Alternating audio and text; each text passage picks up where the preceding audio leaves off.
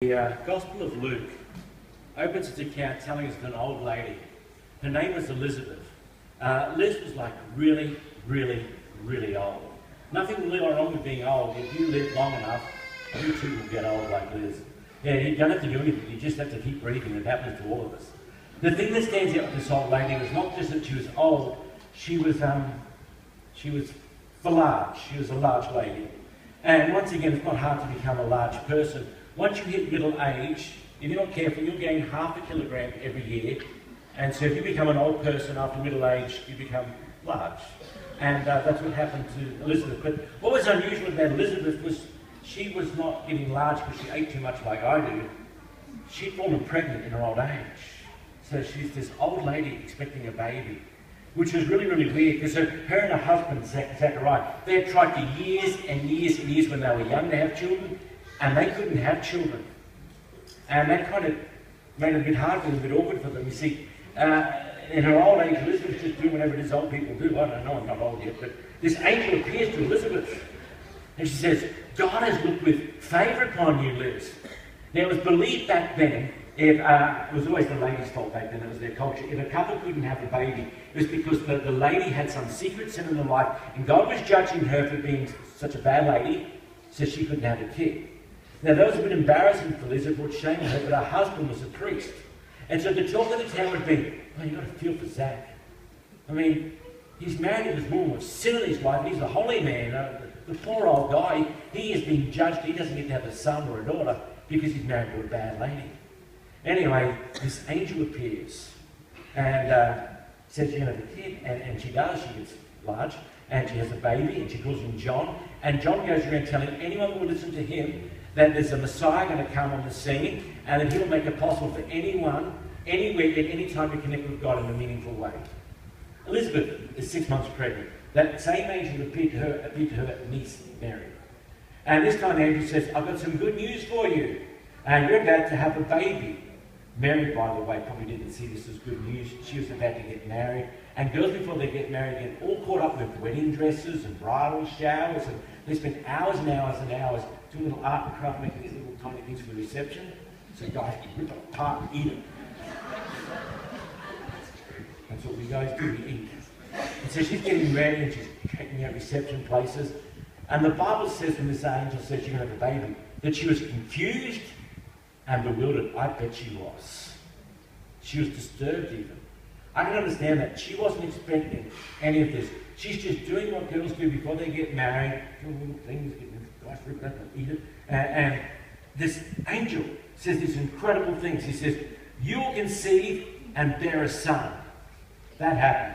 No one in the world disputes that there was a person called Jesus Christ born in Israel 2,000 years ago. Atheists believe that. She said, you will call his name Jesus. That happened. No one disputes his name was Jesus.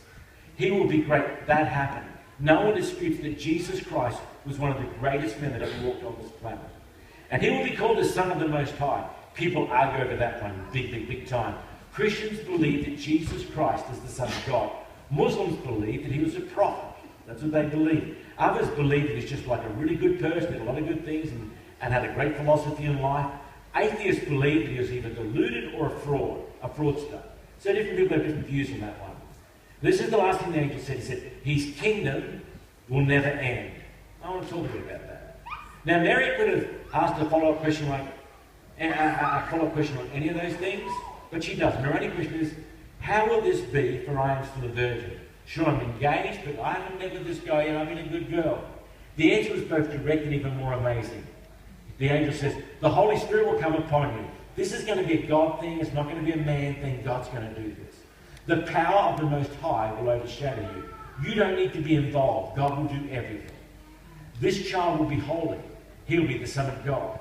That's because, unlike anyone else that has ever been born on this planet, there's going to be something different about Jesus.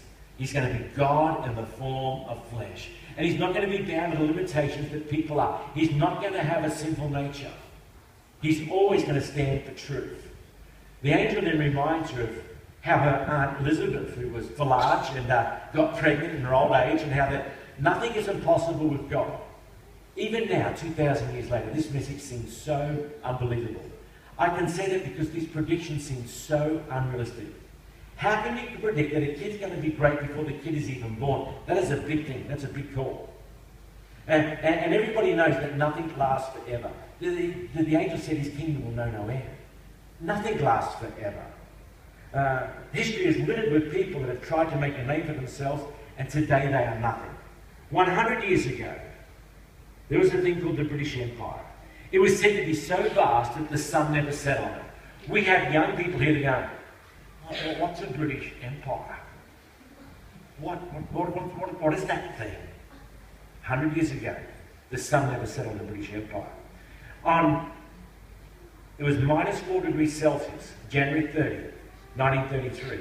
A failed painter by the name of Adolf Hitler seized power in Germany. He called it the Third Reich. He said it would last 1,000 years.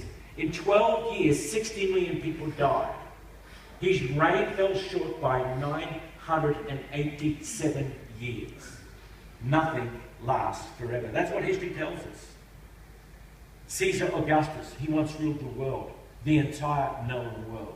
He lifted his finger in Rome, and people scattered all over the empire. And Mary and Joseph embarked on a 160-kilometre journey, all the way from Nazareth to Bethlehem, on a donkey, a 9-month pregnant lady on a donkey. All because Caesar Augustus lifted his finger.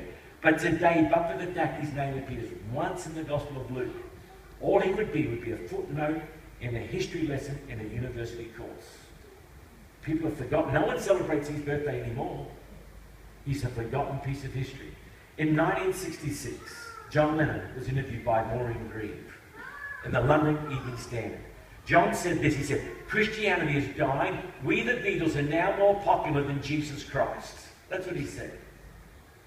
Sadly, a crazed gunman killed him in New York City on December 8th, 1980.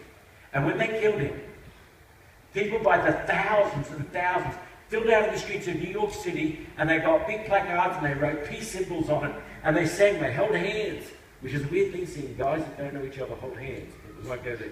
And they held hands and they sang the song, Imagine, Imagine. The problem was it was a cold night. 2 hours later they got cold, so they all went back indoors. And they got on with their life. And John Lennon, who once said, "We are more famous than Jesus Christ. Christianity is dying." Right now, all of these songs, they're still sung today a little bit. They're slowly fading into obscurity. And in 40 years' time, no one will remember them. How can you say that? Because in 1910, the biggest hit in the world was a girl called Dame Nellie Melba. Anyone here remember her? You don't realise it. Her face is on the $100 bill. She was born in Victoria, and she was the biggest selling artist in the world. And most of you have never ever heard her sing. Fame is fleeting. I'm going to be famous. That's what Robert Hawkins wrote in his suicide note before going to the West Rhodes Mall in Nebraska. It was the 5th of December 2007. He took out a gun and he murdered 8 innocent people, and it flashed on tabloids all over the world. It hit our newspaper screens. This was the first mass killing in the Western world, and we were stunned. How could someone do such a crazy thing?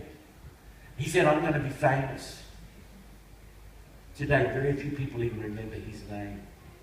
That's the nature of fame, even for murderers. It tells the story of how short our collective memories are. Some would say that's depressing. No, it's not depressing, it's just true, it's reality. And if I happen to die before you will die, some of you will come to my funeral. And someone will say a eulogy about me, hopefully some nice things will be said. And after that, I'll file out to the back room and I'll have this cute little egg sandwiches cut in triangles. People will eat them and little party pies and sausage rolls and butter and sauce. And you know what they're going to do at my funeral? As soon as I've given the little bit, as soon as my body is taken away, they're going to talk about the football. That's what they're going to do. As soon as the person who's driving will wipe their tear and go, "Well, footy's on this week, you're going to go?" That is the nature of life. I'll just be a dim memory, then I'll be forgotten altogether. The world forgets the past, lives in the present, and dreams about the future. And all those things we give ourselves, that we think give ourselves significance, the degrees after our names, the houses we buy, the money we save, the car we drive, the businesses we create, the relationships we seek, the clothes we wear, In the end, all these things will account for nothing. Everything of this world is shakeable. Buildings crumble into dust. Companies go into bankruptcy. The degrees fade into illegibility. Our houses age and creak and then crumble, and our cars rust out and go to wreckers and get crushed and go to China. Come back as aluminium cans. And worst of all, our bodies wear out. When the angel Gabriel came to Mount Mary, he predicted that she would give birth to a son who our kingdom will never, ever end. One of the reasons, just one of the reasons that I believe that Jesus Christ is the Son of God is we're still celebrating his birthday 2,000 years later. No one is celebrating Caesar's birthday today. No one, but millions of people will celebrate the birth of Christ. His kingdom will never end. The Church of Jesus Christ, I'm not talking about a denomination. I'm talking about people that have yielded their life to the person of Jesus Christ because he died on the cross and rose 3 days later so that whoever would put their faith and trust in him would be forgiven. That church is growing daily. 2,000 years later, John Lennon, great artist, he was wrong.